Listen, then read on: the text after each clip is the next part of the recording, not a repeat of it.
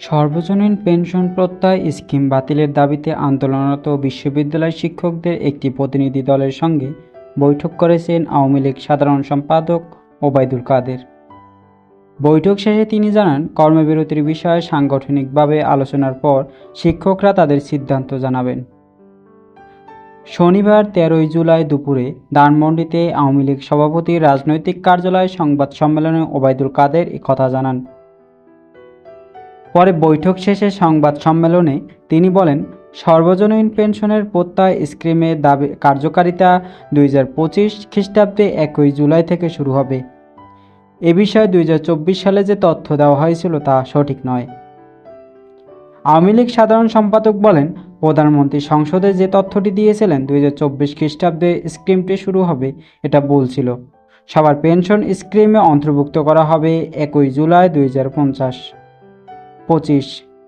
এটা তাদের পরিষ্কারভাবে বলেছি। শিক্ষকদের সুপার গ্রেড প্রদানের বিষয়টি নিয়ে আলোচনা হয়েছে জানিয়ে তিনি বলেন, আমরা পাবলিক বিশ্ববিদ্যালয়ের শিক্ষকদের মর্যাদা ও লিখিত দাবিনামা সরকারের উচ্চ পর্যায়ে প্রধানমন্ত্রীর সমীপে উত্থাপন করব। পরবর্তী সিদ্ধান্ত আমরা আলাপ করে নেব। আলাপ আলোচনা করে আশা করি সমাধান আসবে। শিক্ষকদের কর্মবিরতি প্রত্যাহার করার অনুরোধ করেছেন বলেও জানান ওবায়দুল কাদের।